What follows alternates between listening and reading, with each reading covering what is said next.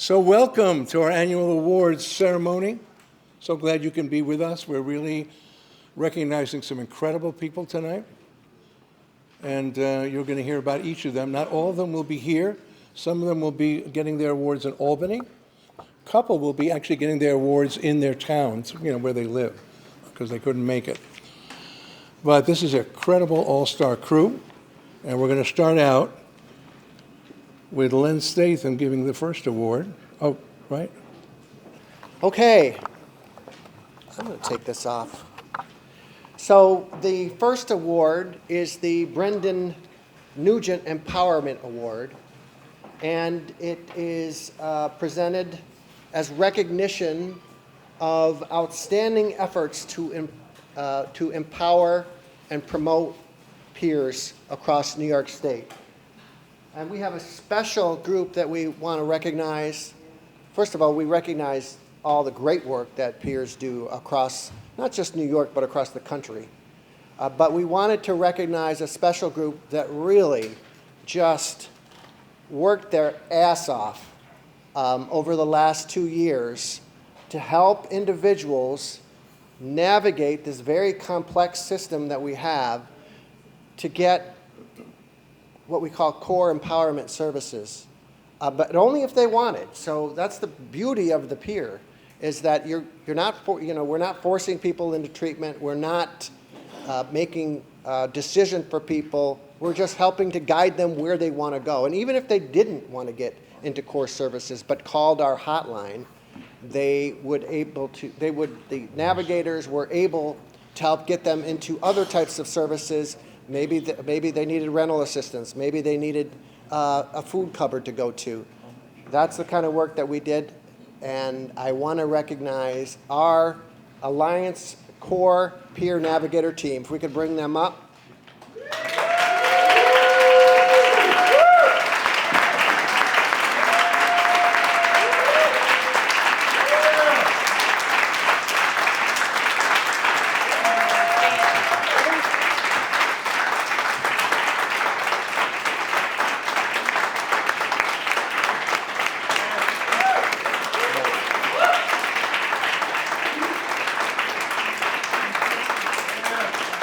These guys were all over the state, on the streets, wherever people gathered, wherever you could find a person that was in need of services, bus stops, community rec centers, everywhere.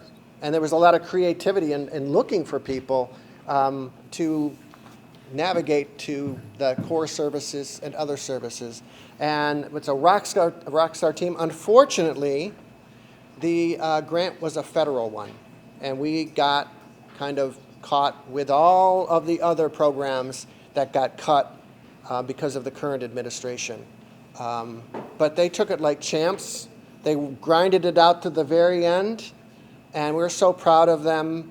And is there one of you, Anthony, I'm looking at you, because I know you always have a lot to say. Anthony was the coordinator of the New York State team, or downstate team. So, Anthony, do you want to say a few words? You can make it brief if you want to. Contrary to popular belief, I do not like talking. But, for my team, I'll do it for my team. But a lot of this couldn't have been possible without a lot of you in this room. A lot of you, opened your doors to us, helped us make this successful. So we thank you guys as well. Liz, I see you over there. I'm going to shout you out. You was definitely a big supporter, Liz. Thank you so much. But this team was amazing. I couldn't do any of this. I couldn't have excelled without these guys. These guys made it fun. These guys made it easy. And leadership was amazing. Harvey, Len, you guys always looked out for us. Eileen, Nicole especially, even though I'm sure I was a pain in your butt, but thank you all. Like I said, thank you guys. You guys made this amazing. You guys made this fun. And I love you guys. And I really don't like doing this, so I'm going to give the microphone back.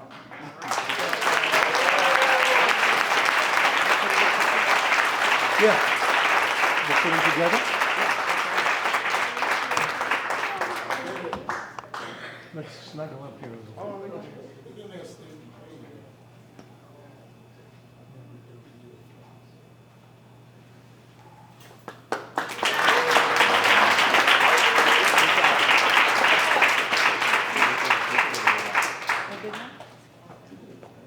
Arvin.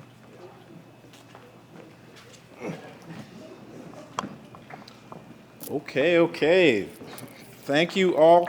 Our next award is the Francis Olivero Advocacy Award.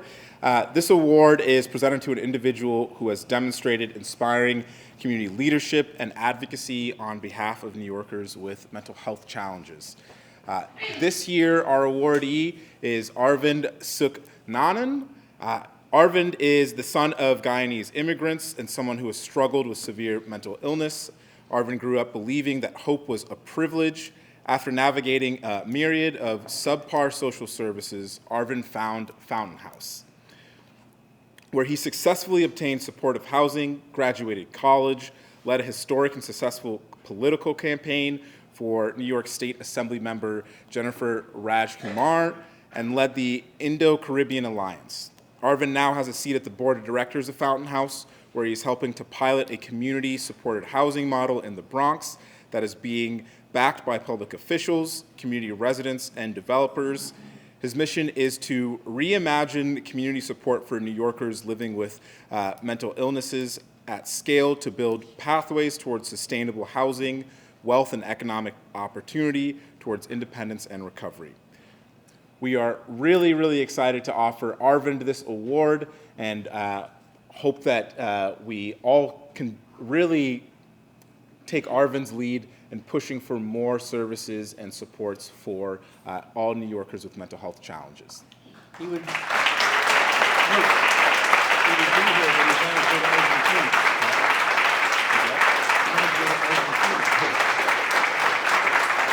And to accept this award are some of Arvind's Fountain House colleagues, as he is on a trip to Argentina right now to do more advocacy. Yes. Thank you. But thank you so much. Oh, come take a quick photo. Are we doing photos? Oh, yeah.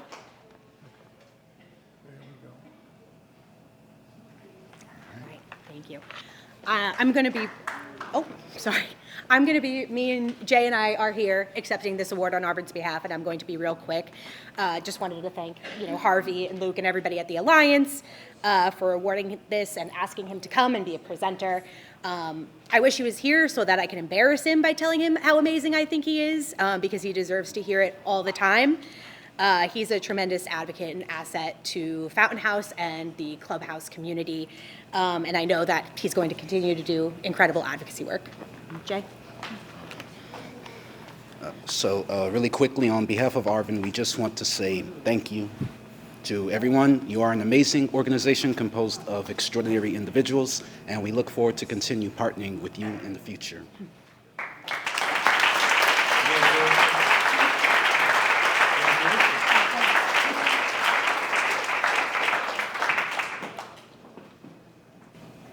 This next award is the Jason Brody Faith and Fellowship Award. It's presented to an individual who has been extraordinary and an extraordinary source of kindness, caring, and devotion to people within their local mental health community. I will say, I'm going to read what is written here, but I want to say something personal too. So our recipient is Amy Brinkley.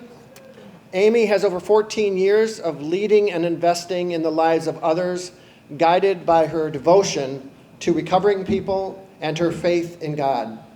Amy's career has included creating recovery programs for women in the prison within the Indiana Department of Corrections, her service as the Director of Recovery Support Services for the National Association of Mental Health Program Directors, and as the Bureau Chief for the Office of Family and Consumer Affairs at the Indiana Division of Mental Health and Addiction. And she currently serves, which is a passion project of hers, as the CEO and founder of Paul's Plan Ministry, and she is the author of A Glimpse of Faith. Now, I've known Amy maybe 6 years. It's been about 6 years, maybe 5. But one of the things that I've learned very quickly is what undergirds everything that she does, all the things that she's accomplished, is her own personal recovery story and her faith in Jesus Christ. And she makes no apologies for it. And it's very, very kind of humbling to be in her presence because she is unapologetic and a believer and an inspiration. So Amy, come up and we'll acknowledge you.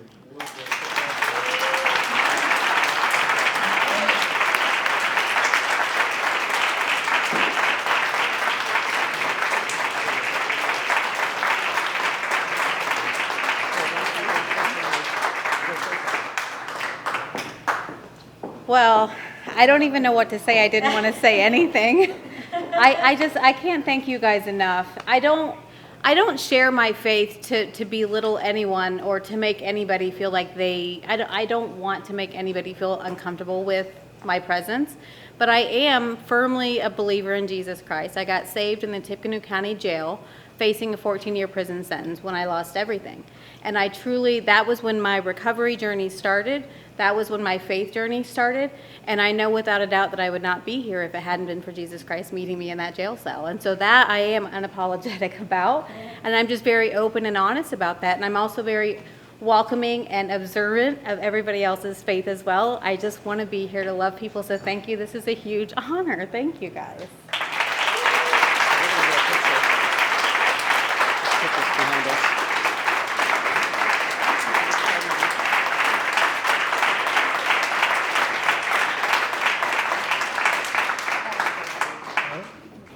Okay, the next award, he's not here. His name is Mark Townsend. Now, there's somebody in our community who's used to come to this conference all the time, but she fell on hard times, and she literally fell and hurt her leg and her hip, and she wasn't able to walk, and she wound up in a nursing home. And they told her, and you know this, she would never walk well, and she would never leave the nursing home. Mark Townsend is a staff person at Fountain House. And he, truth be told, they didn't want her doing any walking. He would sneak in and take her outside. And she did all these steps. And he proved to them that she could walk. And they discharged her. And now she's back in an apartment here at Fountain House. He's going to be at our lobby day. But he did an incredible job.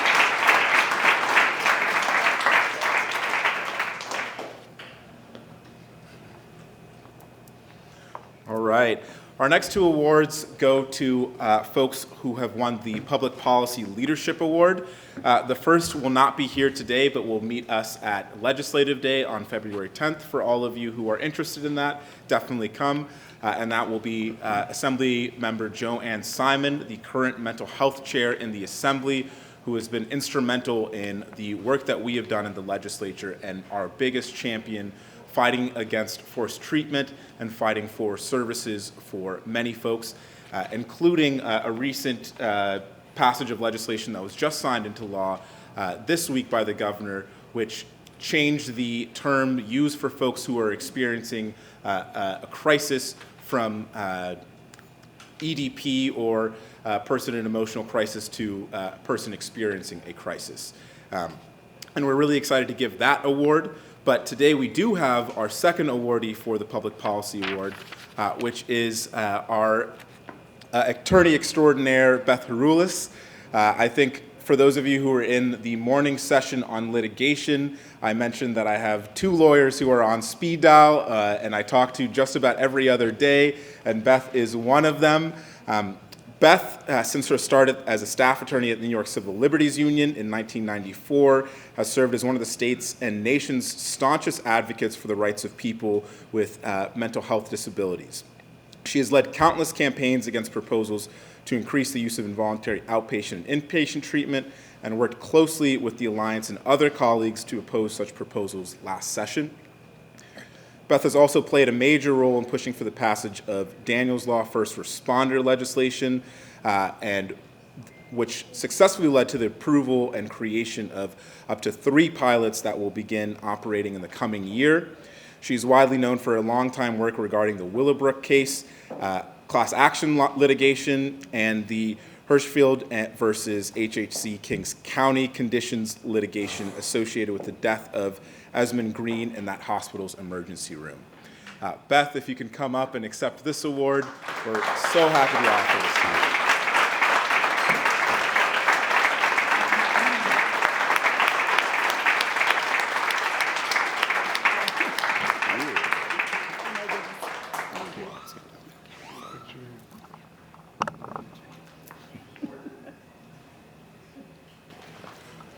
Thank you very much. I am so honored and I am so humbled to be here with the Alliance. I've known Harvey since the days of Kendra's Law and the fights that we've had in Albany. We are in very dark times. I know you know that. Your work is more critical today than ever before. We are confronting at the federal level defunding of critical services that we know save lives, that assist people who live with mental health challenges.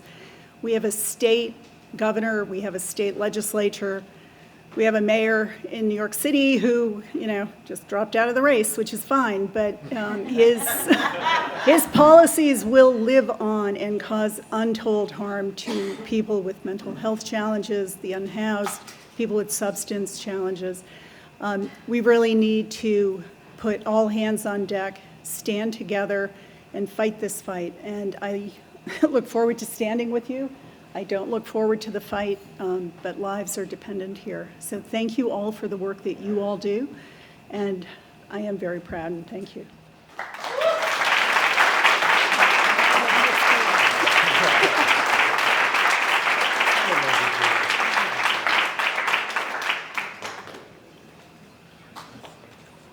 Beth is the most quoted opponent of Kendra's Law and forced treatment, and Albany is afraid of Beth Arulis.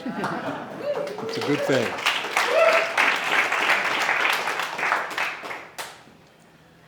So our next award is named after Marty Smith. The Marty Smith Memorial Award is presented to an inspired and innovative individual or organization that has made exemplary contributions to the advancement of best practices in service to New Yorkers with mental health disabilities.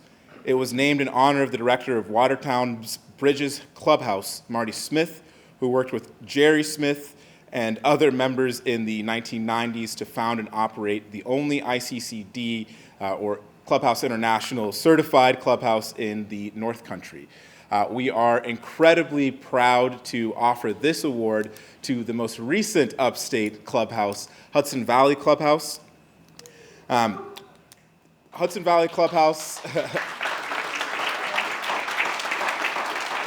to me is truly a shining star of what clubhouse expansion should look like upstate, really bringing back that family feel to the services provided, that community engagement, but more importantly, creating services and true community and socialization for folks with mental health challenges who often have nowhere else to go and feel so isolated. But with Hudson Valley Clubhouse, if you've ever been to their Victorian home where they operate, it really does feel like a family, and I will also say their food is fantastic. But one of the things that we have really seen is, we've brought folks from the state government down to Hudson Valley Clubhouse, and every single person who has visited says the exact same thing. We are amazed at how well they have done in just a short amount of time and how well they've supported their members and continue to see their members grow, not just in membership, but in the work that they do.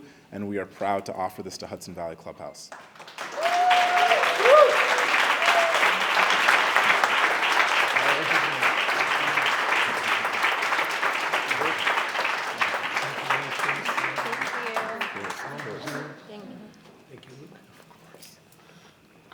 Thank you, Harvey. Let's crowd together.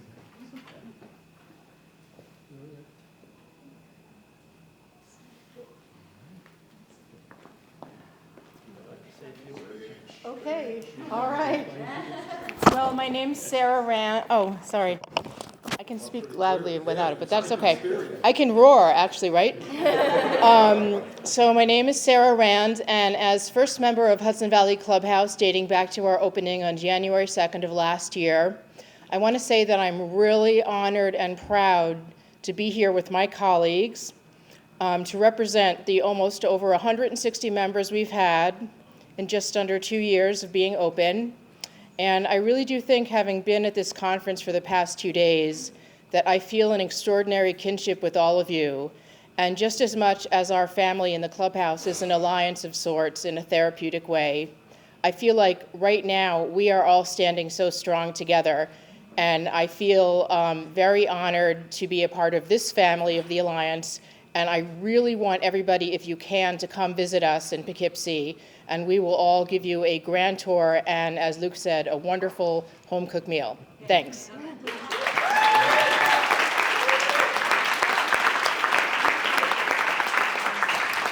Thanks, Sarah.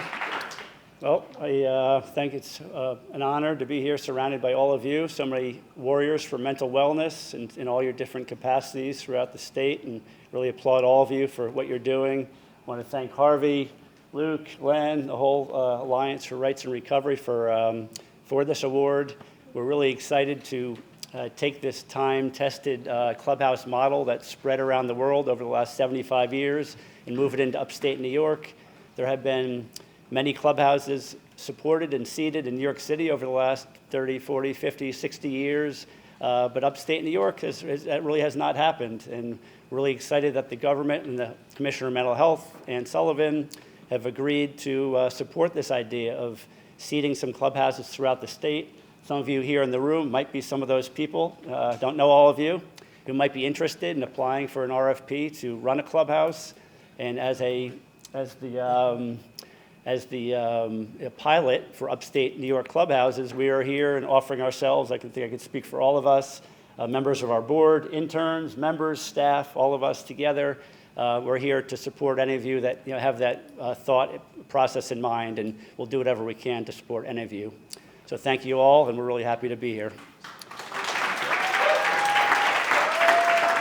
First of all, I knew Blaze when he had very long hair, and he worked at Venture House some years ago. Shout out to Venture House. Yeah. But you worked hard. I used to be the director of a clubhouse in Albany. When we started this organization, we were the New York Association of Psychosocial Clubs. But over the years, they closed almost all the clubs in upstate New York in order to make room for pros, which was wrong. Those clubhouses are so important. And when Blaze and the board and the staff brought this club back up with hardly any money, I think you had to raise the money, no state funds, but they exemplify an upstate clubhouse, a true clubhouse. And we brought the, one of the top sort of people in the executive chamber, and he came back, and he was, one of the reasons why there are upstate clubhouses coming back now, and they were the prototype. They should be providing some PA to the clubhouses that come up. Thank you, guys. Thank you, Harvey.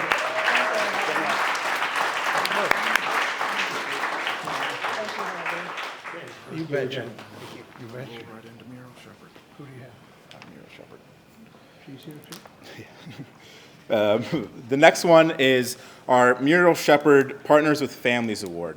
I think earlier there was a lot of conversation this week about partnering with families more and the lack of family engagement in many of our movements. And we are really proud to push for more family involvement and advocacy. And when I think of this award, there's no one else I can think of other than Russell Stentz, who has been a phenomenal advocate, really sharing his story, his family's story, his daughter's stories, and really pushing for the changes that he knows and all of us know are really necessary.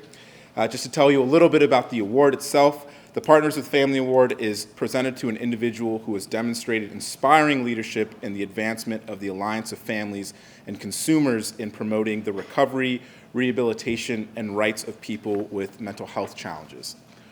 Russell has been an inspiring advocate for the rights and recovery of people with these mental health challenges, always centering the voice of families in our collective work. As both a leader and parent of 2 daughters with lived experience of mental health challenges, Russell brings a deeply personal and powerful perspective to his advocacy. His commitment to building a more humane and compassionate system is grounded in his family's journey and his determination to ensure others receive the support and dignity they deserve.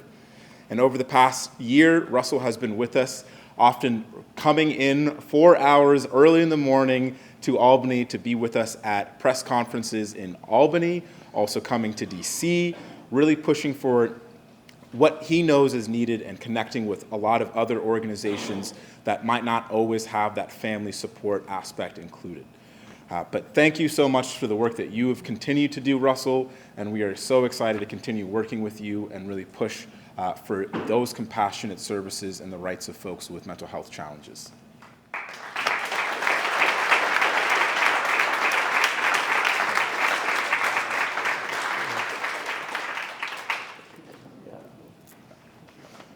Well, when Luke called me about this, you know, I'm not, this isn't just humble pie. I was feeling like we were at a point spinning our wheels. We're just kind of getting started with our organization. And, you know, when I looked up a little bit about Muriel Shepherd, and if I could do a fraction of what she did, from what I understand, I'm sorry I never knew her, but the things that she accomplished in legislation and in public policy and just services for people, that would be a lot. But anyway, I told Luke I would, just as many of us here were motivated by love for our loved ones, and I'm amazed at the recovery. Many people are just living examples of the fact that recovery happens a lot more often than people realize. And it's been an honor for me, for example, to be in DC with Luke. He has such a gracious way of going about, you know, meeting with the different staff members of the representatives. So I told him I would accept this on behalf of my daughter and the children of others in our organization whose lives have been cut way too short by the overreach and coercion that's all too often happens in the system as it is. And I appreciate everyone here. It's just been also a lift to be here with people that are such an active part of making a change. So as I mention these names, I'm sure that each of you probably have people in your own lives that you might think of that are no longer here. And I just wanted to take a moment to remember them. And may our love for our loved ones and dedication to a just and righteous cause motivate us to go forward in our mission, even when there are times of discouragement and despair, which, you know, sometimes does happen. But so I'm just going to mention the names of some people that are very precious to those in our group and myself.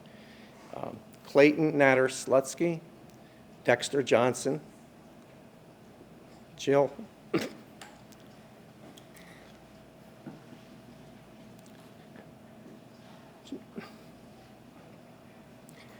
Amoroso, Andrew Rich, Josie Rich, Lucas, Catherine Renee Stentz. And while, you know, we just took a moment to think about those people, I also, our agency believes, as I said, that recovery actually happens more often than people realize, and that's our commitment that families, we want families to be a part of that and to be educated and empowered to be part of that, just as we're, as peers, helping people that have, that are going through what some of us have gone through and come through it. So it's an honor for me to accept this. It's named after Muriel, who did such great work, and I accept it in the name of my daughter, the other children of people in our organization, and just, you know, with the idea that we need to go forward with, in these hard times, to be there for the people that really need us so much. Thank you.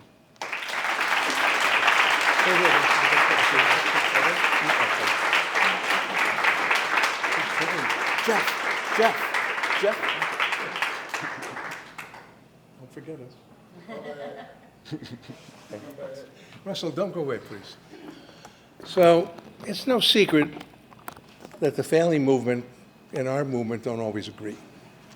We agree on so many things: adult home residence, jail, so diversion, housing, for years, but we have not agreed as a whole on forced treatment.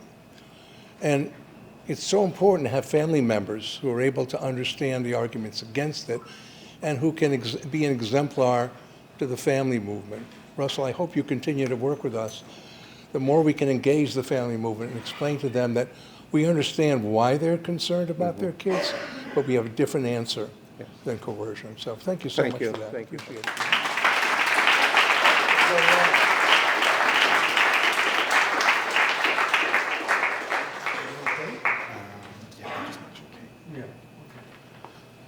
So one of the awards that we give every year is the Public Education Award. This is presented to an individual whose reporting has informed policymakers and the public about policy priorities and accomplishments of New Yorkers with mental health challenges. She cannot make it this year, but our awardee is Kate Lisa of Spectrum News, who has been a wonderful reporter and support to us. And one of the people that I would probably see every single day in the Capitol just to pester a little bit, but also lightly nudge to write some quality stories and make sure that there was broad coverage of our issues. But she will be here at the Legislative Day on February 10th to accept her award there. So Kate Lisa is a great reporter, and she's been very good to us. And the reason is Luke Zucchini, because he has gone by, he's made a great, this is about relationships with the media, right, Beth? And Luke has really formed a great relationship with her. We would not have all this great press were it not for you, Luke. I just want to acknowledge you.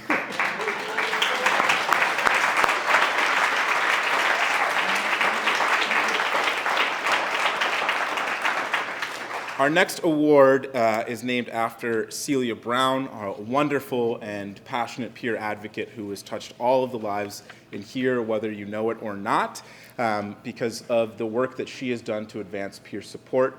And we are incredibly happy to name this award after her, the Celia Brown Justice for All Champion Award. This is awarded to, in heartfelt recognition of an individual's inspiring contributions to advancing social justice for the full diversity of people with mental health, substance use, and trauma-related challenges. Our first awardee on this is Vesper Moore.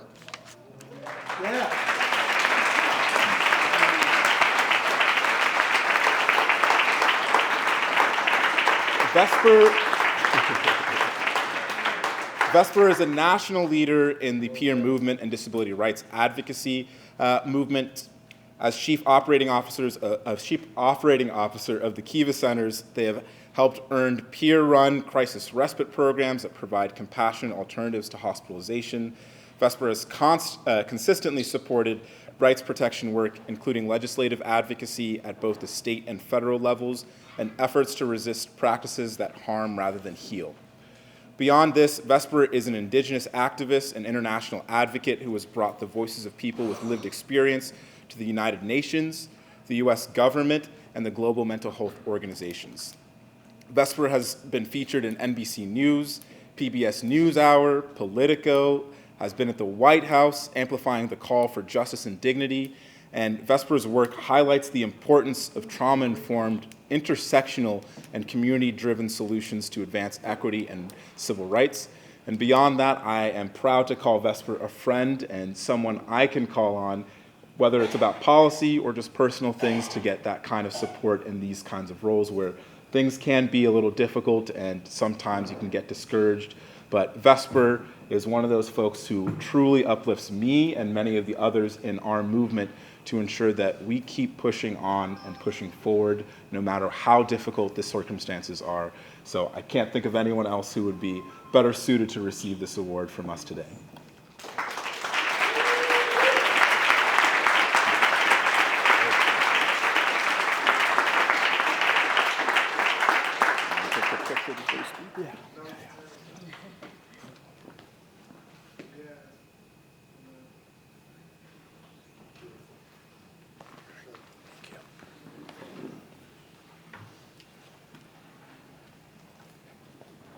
I can't say what an honor it is to receive this award,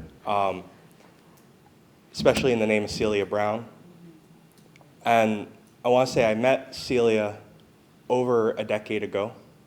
I would talk to Celia a lot at this conference, which I've been going to for the last 6 years. And she really instilled something in me, which was continue to uplift others, continue to bring others in. She brought me onto the board of Mind Freedom International. I became vice president as she was president. And just all of the work that she had done that was just so committed and so wonderful. And Luke, thank you for your words. I feel like we talk a lot about what needs to be done on the federal policy level and the state level, and you're always so receptive and very quick. I want to say congratulations to CORE once again. I distinctly remember someone needing support once in the Bronx, and I reached out to Luke, and CORE responded within an hour, like unfounded speed at which they were able to support someone. You know, it's really a shame to see these things happening with funding and all of these changes, but such incredible work, thank you. And I want to say I appreciate the Alliance for Rights and Recovery and the work you've done, Harvey, and the entire Alliance team. Let's give a hand for the Alliance team for a minute.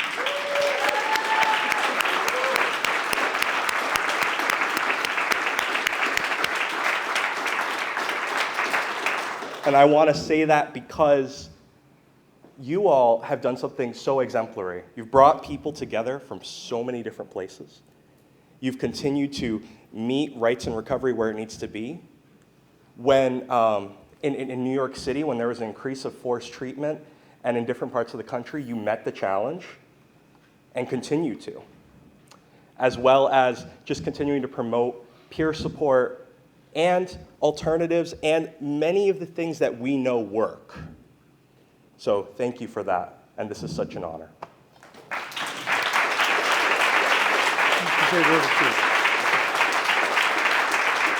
So Vesper is the COO of Kiva Centers, which is in Massachusetts. But they must never see him because he's on the road all the time. If you're on Facebook, Vesper's in Albuquerque, Vesper's in Oregon, Vesper's everywhere. And he means so much to our movement.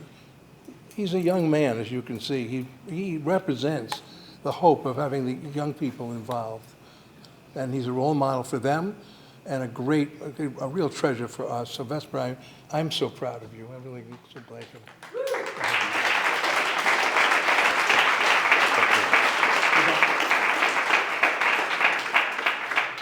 We do have a second awardee for this award who unfortunately couldn't be here, but Earl Miller, who has been a tireless advocate for improving crisis response services and moving the entire nation away from police-led crisis response to peer and community-led health responses for folks who are in crisis.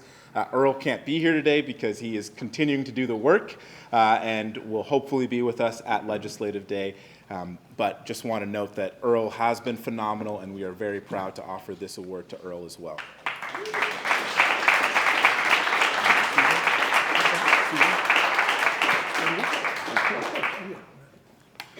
So I have the privilege of giving out some Lifetime Achievement Awards.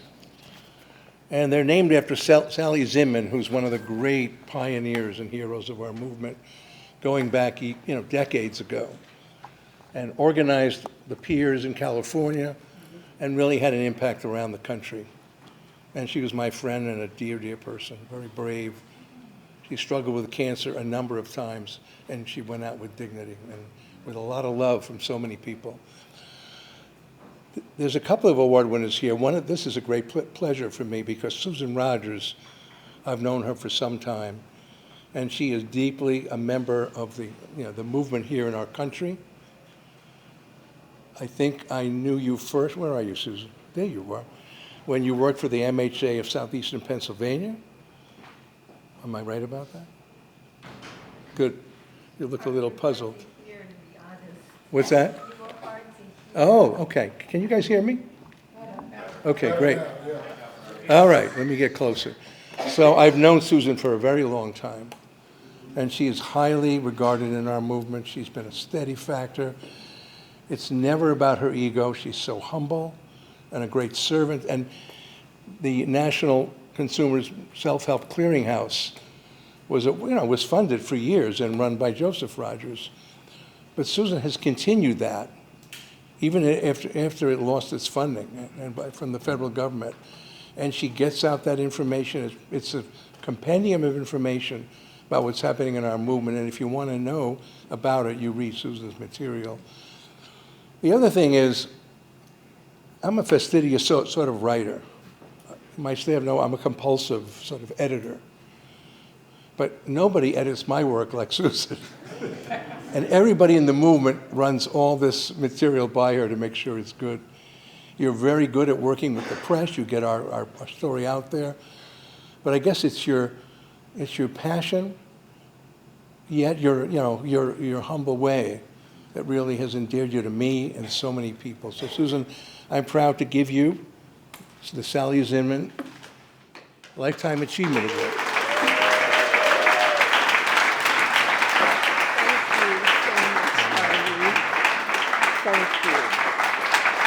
Your cousin Fred is very happy for you. I'm sorry, what? Your cousin Fred is very I know happy he for you. told me that.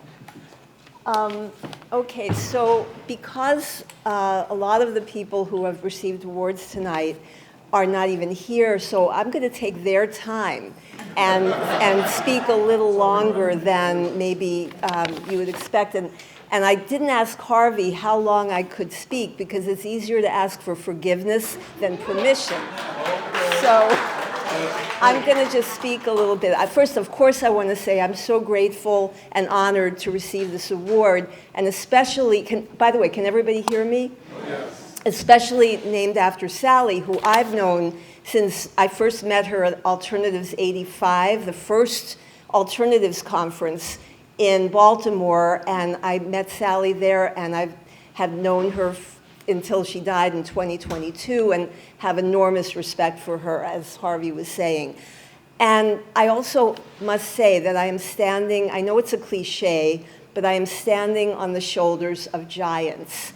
And I want to talk about some of those giants because I look around and I see people that might be almost as old as I am, but I see a lot of young people that I even wonder if you guys know a lot of the history of our movement, which started in 1969, and there was Fountain House before that, but I would date our modern movement to 1969, when a lot of you might not have even been born yet. So, like, I'm looking at you. So I want to talk about some of the movement leaders who have gone before us, and then I'm going to end with a movement leader who's the main leader whose shoulders I have stood on, and he's thankfully still with us. But I'm going to talk about, only the New York leaders who have left us, because if I made it all the leaders in the whole country who have left us, you'd be here all night. So I'm going to talk about six leaders, all New Yorkers who have left us and who are all amazing leaders, advocates, and I'll just say something briefly about each one. First, George Ebert. George Ebert, who some of you know, George Ebert was an amazing leader, advocate. He was the one who came up with the idea of celebrating Bastille Day as a mental health advocacy event because, when they stormed the Bastille, there weren't many people there, and a lot of them were people with mental health conditions. So they let them out at that point. So Bastille Day on July 14th is a mental health event holiday now. So George and George always edited me, because if I ever said something like somebody had a mental health condition, George didn't like that. So he was like, so I would say, what about a person diagnosed with a mental health condition? Because then, even if you don't believe that there are mental health conditions, you could still say somebody had that diagnosis. So that would be okay with George. And another time, both George and I were advocates around truly informed consent for ECT, shock treatment. And so together we started an organization called the Coalition for Responsible Education and Judgment on ECT. And the fact that it just happened to spell out Coalition for Reject, that was like just a lucky coincidence. So we started that, but it didn't, because George and I guess we had other things we were doing, so it didn't really go that far. But we both did a lot of work around ECT and truly informed consent, because we didn't try to ban it, because even Marilyn Rice, who started the Committee for Truth in Psychiatry after her brains were basically scrambled by 8 treatments, she had to give up her high-powered job as a government economist. And even she said, I'm not against shock, I'm against lying about shock, because she understood how somebody in deep despair might turn to it, so she didn't want to ban it. Anyway, and then I almost didn't mention Linda Andre, who took over the Committee for Truth in Psychiatry, another New Yorker, and she died of suicide a couple of years ago. She felt that ECT had just robbed her of so much. And I one time was in a meeting with her and the then assistant director of NIMH, I think Dr. Nakamura, and she was there, and Al Guida from Mental Health America was there, and I was there, but it was really Linda's meeting. So Linda was trying to explain to Dr. Nakamura why their position on ECT was just wrong-headed, and that she felt that she had lost a lot of IQ points from ECT. And he said, well, you seem pretty smart to me. And she said, you should have known me before. So she finally succumbed of her despair at the effects of ECT, and she died a couple of years ago of suicide. Then there was Judy Chamberlain, that some of you may not even know was a native New Yorker. She was from Brooklyn, and she was, she and I met, 40 years ago, and she was just a very lovely person. I know everybody knows she wrote On Our Own, and that was an amazing book she wrote, and she had a huge impact on our movement, and Mind Freedom International has named a monthly event after her, Judy's Room. So she was amazing, but she was also a very lovely, kind person. And one time I was in a car accident where I was driving, and she was the passenger, and you could say the accident was kind of my fault. And she was a little bruised, not badly, but at no point did she blame me or give me a hard time about this, and I will never forget that. But she was a fabulous advocate. And then there's Ed Knight. Ed Knight, another New Yorker, was basically responsible for Mental Health Empowerment Project, the statewide peer-run organization. And here's a story that Ed used to tell, which is a very inspiring story to me. Ed said that when he was in the hospital, he told his psychiatrist that he wanted to get out, go back to college, and get his college degree, and then get his PhD and teach in a college. And his psychiatrist said, you're having delusions of grandeur. So Ed went to another psychiatrist in the hospital and told him the same thing. And the other psychiatrist said, hold on to those delusions of grandeur. They're your goals. And guess what? Ed got out of the hospital, got his college degree, got his doctorate, and taught in college. He made those goals real. So that, I think, is a good lesson for all of us. And then Darby Penny. I'm losing my audience here, but most of you are still here. Darby Penny was an amazing advocate, and she created something with a psychiatrist named Peter Stastny called the Suitcase Project, where she went to this hospital, and they had these suitcases of all the people that had died in this hospital, a lot, and they looked into the suitcases and they wrote a book about, these people's lives to make these people real for everyone who would read the book. And that's like a very important thing that she did. And I'm sure she did other great stuff too. And then already Celia Brown was mentioned, because Celia was, you've named an award after her. And I knew Celia. I didn't know her very well, but she was a lovely, lovely person who was always kind, always, would listen, was thoughtful, and was just, a great person. And I just found out from somebody tonight that Laura Van Tosh was another great advocate, was supposed to speak at this conference. But Laura lives in Washington State, and next week they're going to name a street after Celia Brown in New York. And Laura was thinking, I can't do 2 trips to New York within a couple weeks of each other, and I'm going to be there for Celia's naming. So she's not here at this conference, and I think she made a great choice that, she wanted to be there to honor Celia. So, and then the other New Yorker, and he spent a lot of his life on the West Coast, but Howie the Harp was originally from New York City, and he was the very first person I ever met in the movement. I was in the hospital. Turns out Howie was living on the Upper West Side. I'm a native New Yorker too, and I'm from the Bronx, and lived on the Upper West Side for 10 years. And so Howie was a roommate of my hospital roommate, and he came to visit her. And he told, this was in 1976, and I didn't know there was a movement, which had started about 7 years earlier.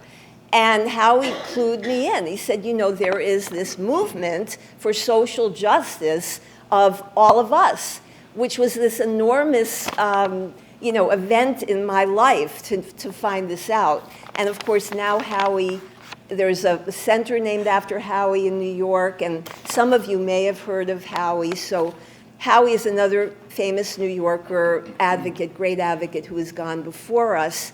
But the main giant whose shoulders I have stood on and am standing on is still with us, thankfully. And this is Joseph Rogers. And I don't know how many of you have heard of Joseph, but I met him right after I had gotten out of the hospital for the second time, and I moved into this political collective in New Jersey, and Joseph happened to be living there. So the first night at dinner, I thought I'd freak everybody out. I just got out of a mental hospital. And Joseph immediately said, so I've been in and out of hospitals for years. And this was instant peer support. And I think we got engaged within weeks, and then we got married that June. So he was my husband for 15 years, but he was my mentor in this movement from 1984, because that's when I got involved in the movement, 8 years after I met him, until now, because he's thankfully still with us. I'll just tell you a little about him. When I met him, he was 24 years old, and he was running for Congress under some kind of it was the anti-monopoly ticket, which is a fusion ticket that they had created, part communist and part, socialist, whatever. So he was running for Congress. I heard him give a great stump speech. He got about 1,000 votes. Now, if he had won, he was only 24 years old, they would have had to pass a special law to even seat him. So years later, I found a brochure, his campaign brochure, and it's all about the Anti-Monopoly Party and his platform, great platform. And then I see it's dated 1974. And I'm like, what? I just met you in 1976. That's when you're running. And he said, oh, this was my second campaign. So he had started running when he was 22 years old with his first campaign. Okay, so another thing is, when I met him, he was 24, and he had just gotten his FBI file under the Freedom of Information Act. And at the age of 24, his FBI file was 150 pages long. I mean, if that isn't something to be proud of, I don't know what is. So, some of you do. I know some of you know Joseph. Mark Salzer, who's getting this same award, and I'm proud to be getting it with Mark, and also Anthony Fox is getting it, but he's not here. Also very proud. I love both Mark and Anthony. And then there's Lori, who I never met, and I know she doesn't know who I am. I don't know who she is, but I read her bio, and she's pretty impressive, so I'm honored to get it with the three of them. So here's another thing you don't know about Joseph, and I'm almost done. Almost done. He is partly responsible. He was on the congressionally appointed task force for the rights and empowerment of Americans with disabilities. And that's the group that was working on the Americans with Disabilities Act and framing it and writing it. So they had written it, and it was going to be, you know, people with mobility issues and blind people and deaf people. And these are all very important groups that need a law like this. But Joseph said, well, what about people with mental health conditions? They need to be covered too. Or we need to be covered because Joseph had a mental health condition. And luckily, Justin Dart, who was the retired Rehabilitation Services Administration head, and who had, he used a wheelchair, but he also had major depression, so he could relate, and he stuck up for Joseph.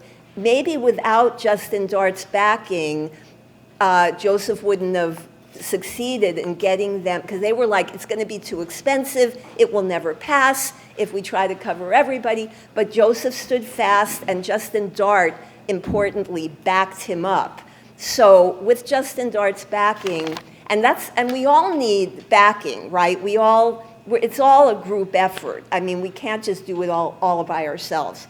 So, anyway, so it did get in there, and so Joseph is at least partly responsible for the fact that the ADA covers us, okay? So that's important. I could go on and on about Joseph, and I'm not going to do it because I feel bad for you guys, so having to listen to me, expound.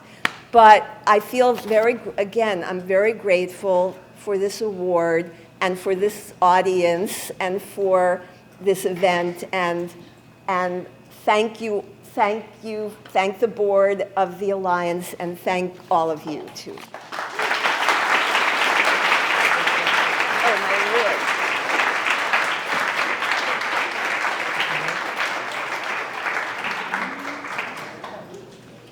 Lord. Hey, can we have, and Len, can you be in the picture?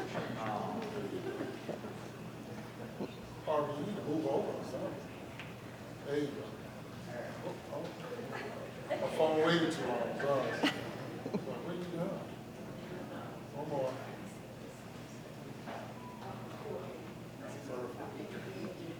Thank you.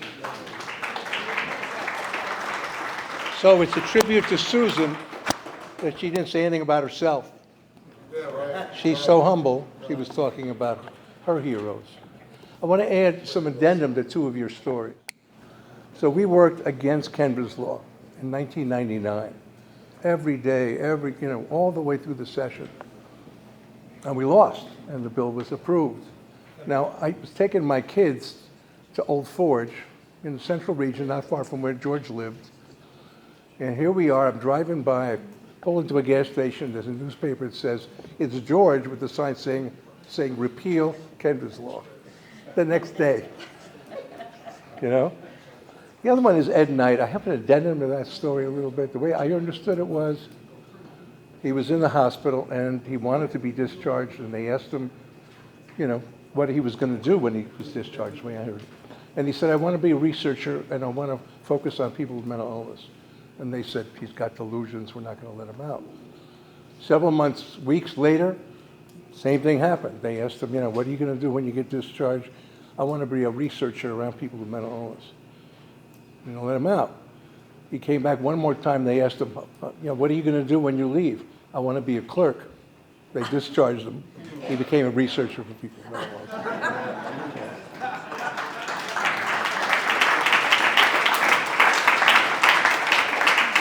Our next award winner, I'm very pleased to give this award to Mark Salzer.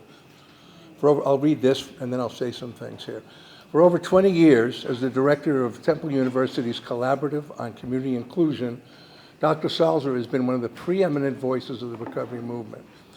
Under his leadership, the Collaborative has built a significant base of research that makes one thing clear. People diagnosed with mental health conditions and/or participating in mental health services thrive and contribute when given opportunities for full participation in their larger communities. Additionally, Mark has made significant contributions to the field of peer support, promoting its growth and also protecting its fidelity. Dr. Salzman, Mark's numerous writings and studies, as well as from his team at Temple, should be required reading for anybody invested in the recovery movement. I am honored to nominate him for the Sally Zinman Achievement Award, an honor he has clearly earned, and I know he will continue to play an important role in our movement. He was here at the conference, he was here the other night, partly because Matt asked him to come to talk about what happens next in peer support movement. So, Mark, it's a great honor and pleasure.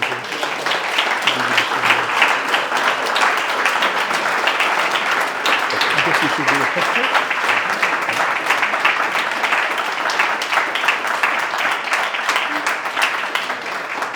Hold that one. Oh, I can set it down. Okay.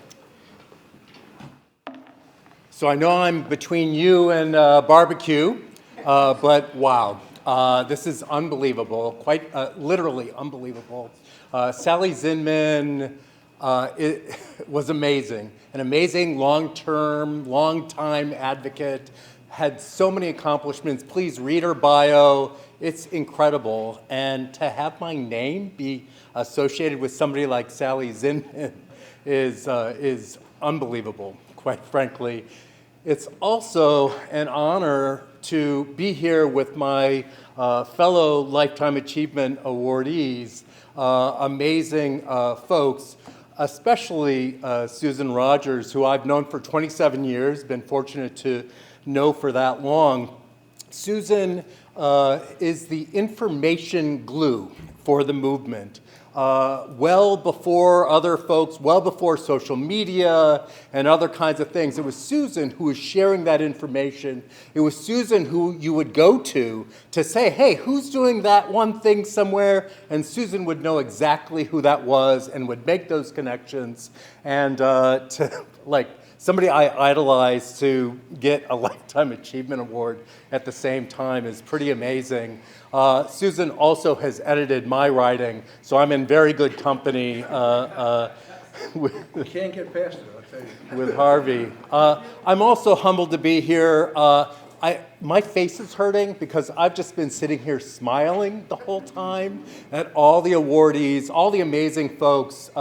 It is just incredible. This is uplifting, just wonderful people who I admire tremendously. It's great to be here. So 3 thank yous. 1 thank you to the Alliance, to my nomination for this award as well.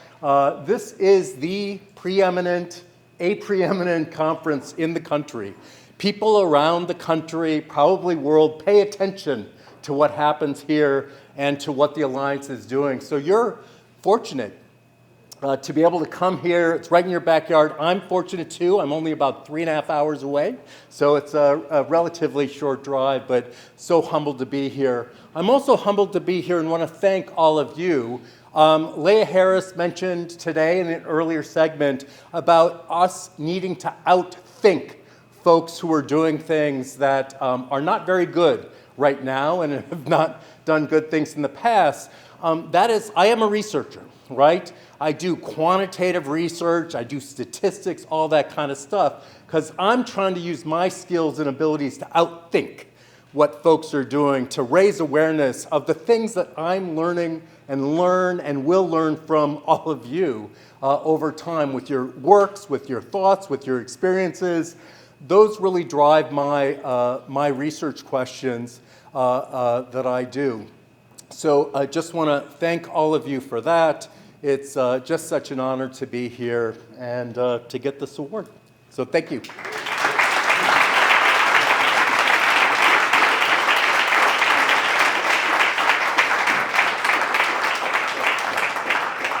This award is for Anthony Fox, and I believe he has a couple of his staff. You want to come up? And you came all the way from Nashville? Let's do it. Memphis and Nashville. Memphis and Nashville. That's right. Anthony Fox is a very special friend and leader, both in Tennessee, where he really championed peer support. He built this agency, Tennessee Mental Health Consumers Association, and he's very active, and he's been the president of National Coalition of Mental Health Recovery, and he stole our Peer Bridger idea. We said he had one like shortly thereafter, and he's known for that.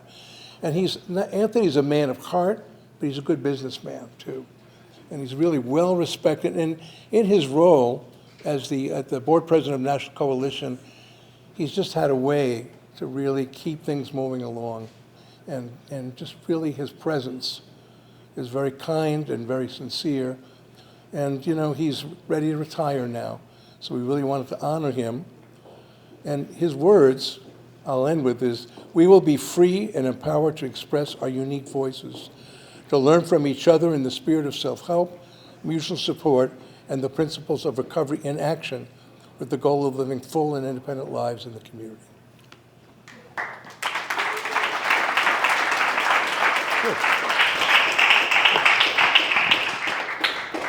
Wow, it's an absolute honor to be here and to accept this award on Anthony's behalf.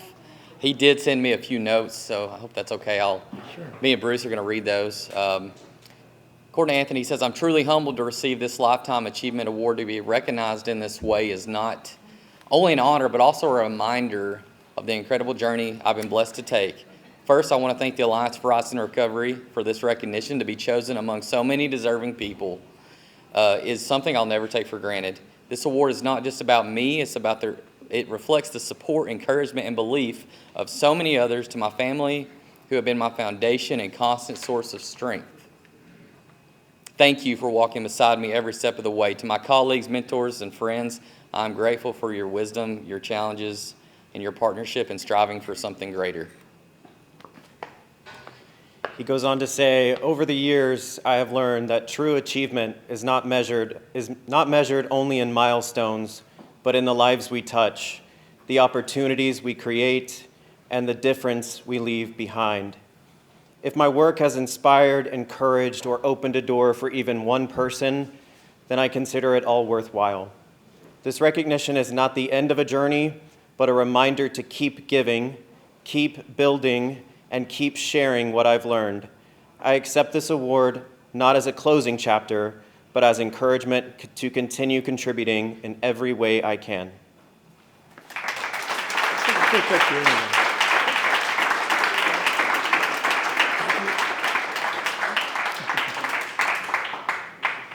How do you like that Bronx accent these guys have? Huh? That's Brooklyn. Good stuff. Thanks, guys.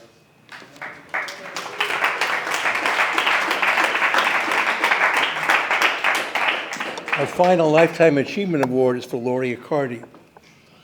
I met Lori years ago when I trained at Fountain House in 1982. She had Dick Rex. She sent down Dick Rex to train with me and other people there. And when we went back to visit her, she was just the most humble, unassuming, devoted, leader, but always in the background. And somebody so kind.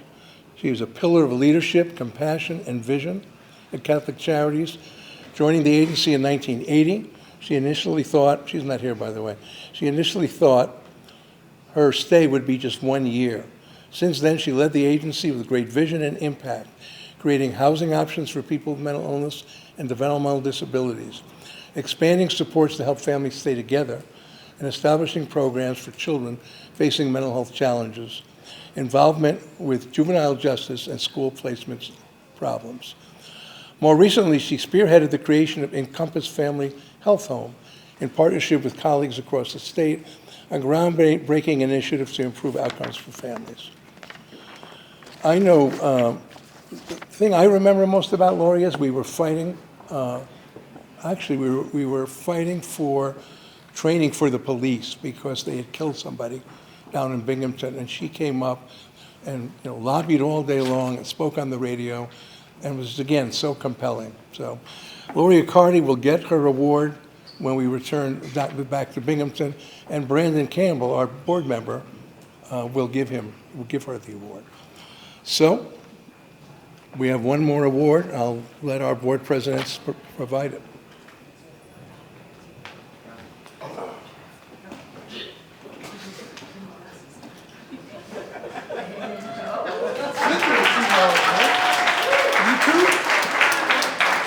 Getting old in this process, huh? Go for it, Rob. Go for it. Here, you need this, or you got yours? Well, if you want to read the... Go ahead. All right. Hi. I'll be as brief as possible. My name is Judy Dubois. Along with Jeff McQueen, we're the co-presidents of the board of directors for the Alliance for Arts and Recovery.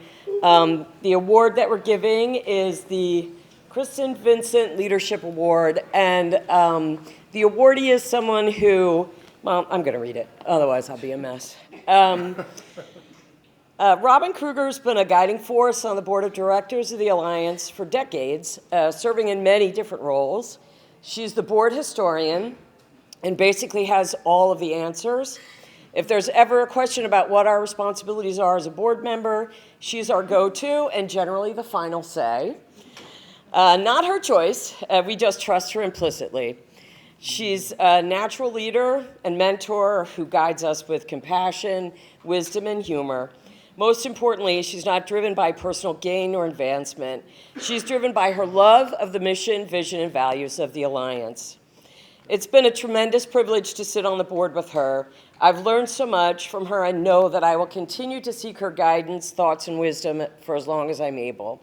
So on behalf of the board of directors of the Alliance for Rights and Recovery, thank you, Robin Kruger.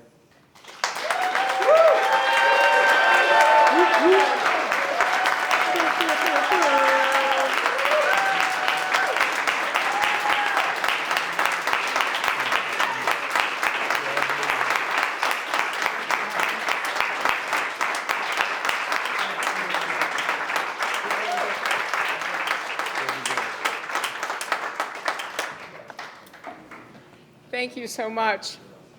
The board has been very kind, and they allow me to sit on the board for as long as I have. You will never meet a more dedicated and inspiring group of individuals. It is such a privilege to be included in awards with such amazing people here in this room. You feel somewhat humbled. You feel like maybe you haven't done enough. But the one thing I can say that the Alliance does is they bring out the best in everyone. And they bring out the best that you have to offer. And trust me, they will take it. And it will go on and be passed along to other individuals as you are willing to be a part of that process. So thank you so much. I'm honored and humbled to be a part of this. And I just don't know what else to say. Thank you.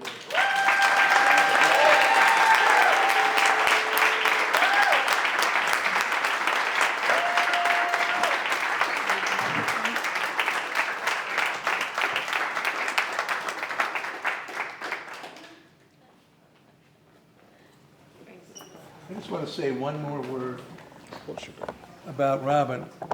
So when we were beginning, when I was beginning here at the Alliance, Niapa's at the time, and I had a lot of influence on who was on the board. And I didn't want any CEOs because I didn't want to be we didn't want to be a trade association who was just trying to get money for providers. Important, but we had other, so maybe you could say a higher calling in a number of ways.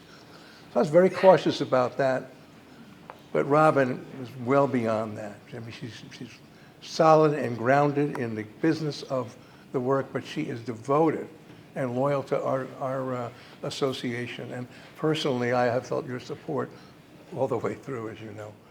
So Robin, thank you so much. Thank you, Harvey.